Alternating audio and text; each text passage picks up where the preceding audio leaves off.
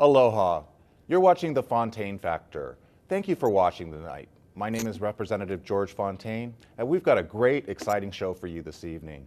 Tonight, as my special guests, I have Deputy Director of Public Safety, Keith Kamita, from the law enforcement side of the House. And then we also have Sheriff Shawn Tsuha, I got it right, You got it right. here tonight to join us.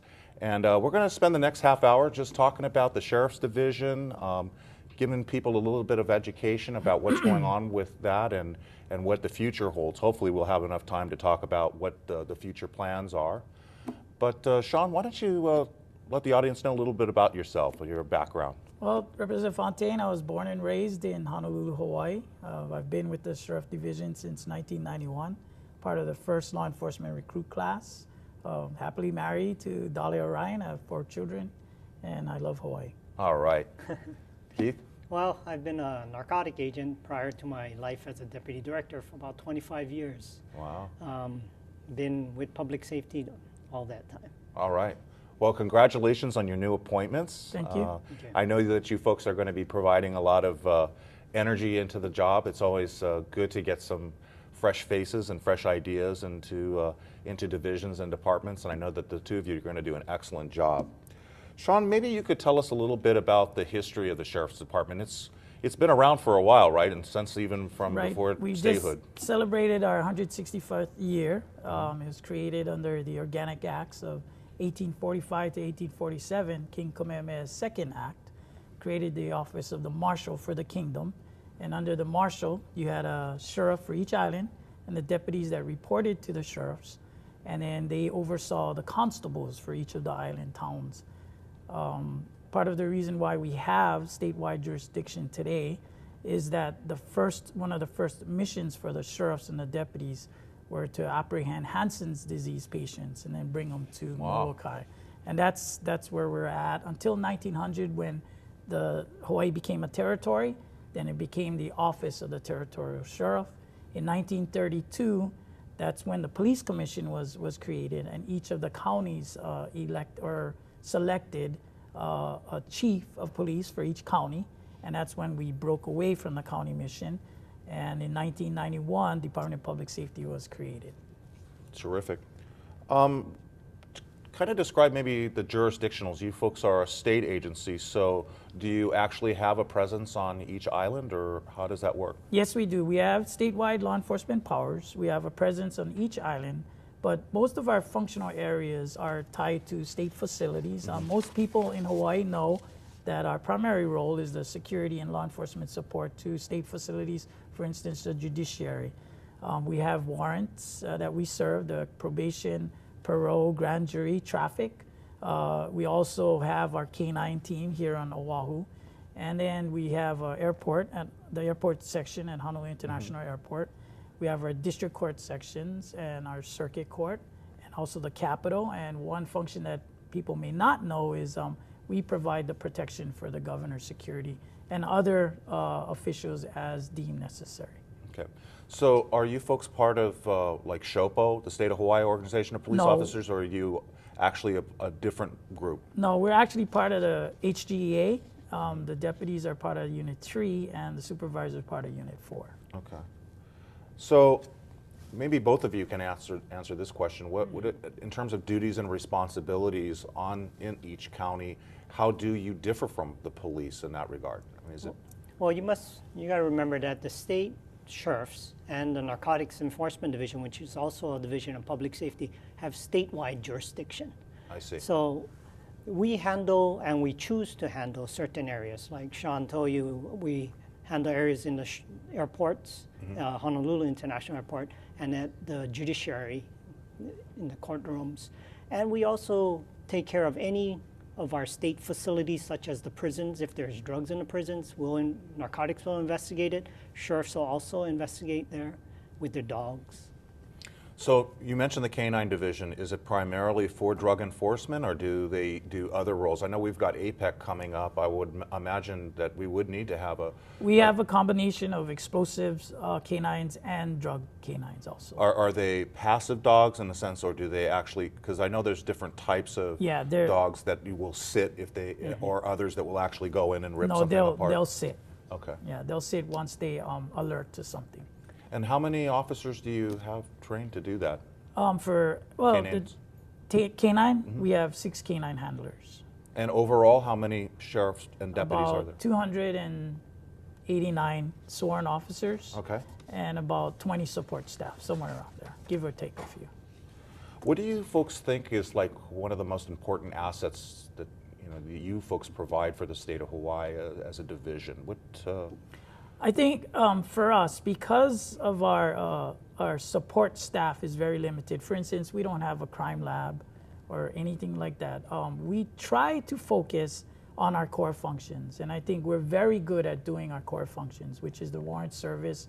Of course, our long-standing relationship with the judiciary and other state facilities, and handling those incidents that occur on state property.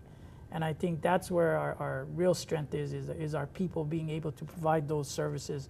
Of course, sometimes we do get taskings that kind of stretch us to the limit, and that's what happened with the audit report.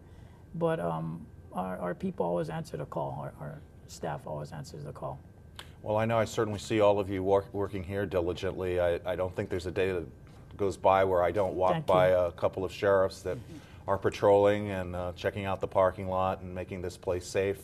As you know, this building is wide open, and it's not like how it is on the mainland where you have people going through metal detectors. And I think that the philosophy of our capital has been more to be an open place, an open government, but that also has some inherent risks, especially when you have very controversial legislation that brings a certain element out that potentially, and I know that that must be a constant challenge, you working with, I guess, the Sergeant of Arms and to ensuring the safety of the lawmakers, and then also the citizens as well, too, that they come and want to attend and want to participate in the government process. Right. For us, because we tend to be outnumbered in almost every venue that we operate in, being able to recognize that human element and how you relate to people is very important to us. If you look at the court settings, I mean, our deputies are way outnumbered by the amount of custodies that they handle every day. If you look at the outer islands, for instance, the rural court, you'll have 1 deputy assigned.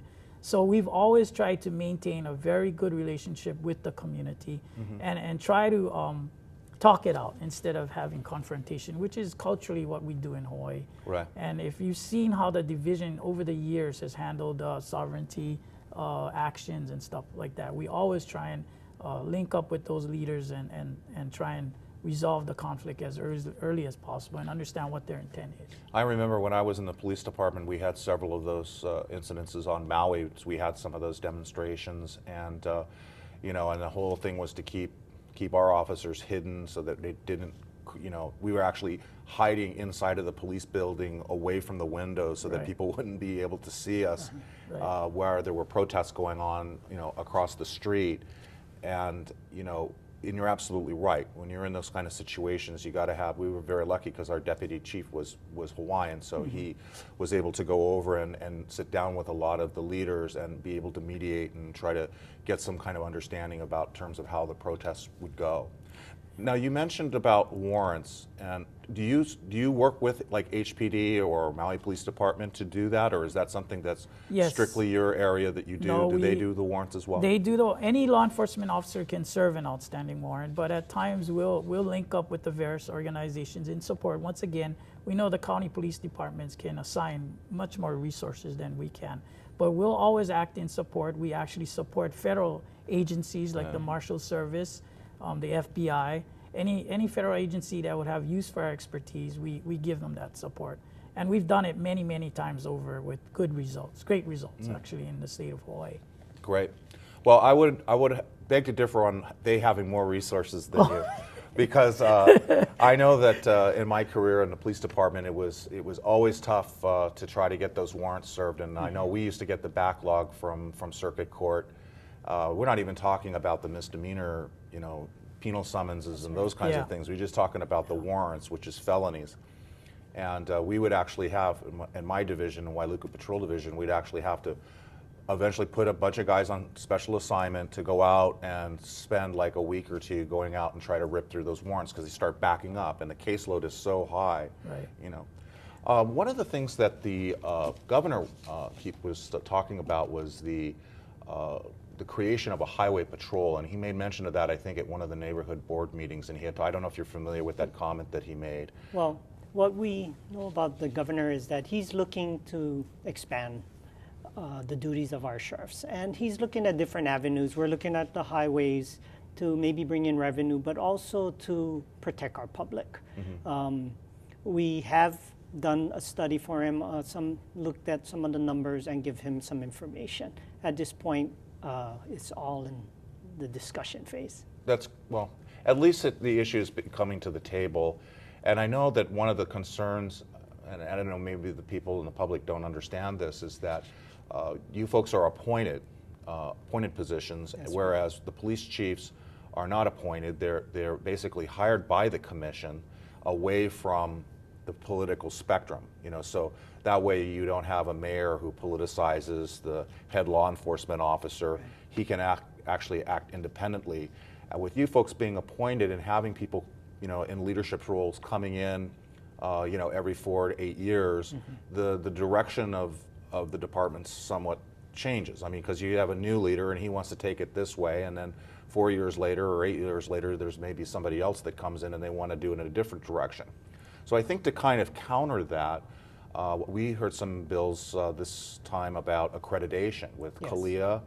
Keith, maybe you can talk about that process. I obviously know all about it, but I'm sure our public doesn't know what CALEA is and what accreditation means, and what would that mean for the department in terms of getting a mission statement going and getting a clear direction despite the leadership changes. I think what CALEA will do, it will solidify what Shawn and I are trying to do by professionalizing more so than they really are now, that the sheriff division, by improving their policies and procedures, looking at other counties, Maui, Honolulu, what they've done to improve their departments, and instead of trying to reinvent the wheel, use what they've learned and try and improve what we have here in the sheriff division. And he's exactly right. What we're trying to do is organizationally, our history, we're at a focal point, and we understand that the legislature is on our side, and we appreciate that. And what we're trying to do is take the organization up one more level. And that has to do with being a policy-driven, standard-based organization. And we do have policies in place, but the nature of law enforcement and our role and our function has changed.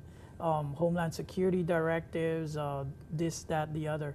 So what we need to do is have a capstone document that's not reinventing the wheel, that's looked at by other organizations to say, okay, once they get CALEA certified, they're a standard-based organization. Before we go on, we should tell the viewers what CALEA means. Right, that's the Council on Accreditation for Law Enforcement Organization. Yes. Okay. And what people should understand, and you already know, is CALEA takes a while. Yes. It's not a thing that we can do and say, tomorrow we're going to be CALEA certified. No, it takes a couple of years to do it, correct. absolutely. I remember when our department went through it, there was people were saying, gee, this is going to cost money to bring you folks up to standards because certain things had to be purchased in order to get through it. And what the audience, please realize, there are, I think, over 400, if not 500 standards that the organization has to meet. Yes. So some of them are optional, some of them are optional, some are suggested, and then there are others that are like mandatory, that you have to at least meet these minimum standards in order to be accredited.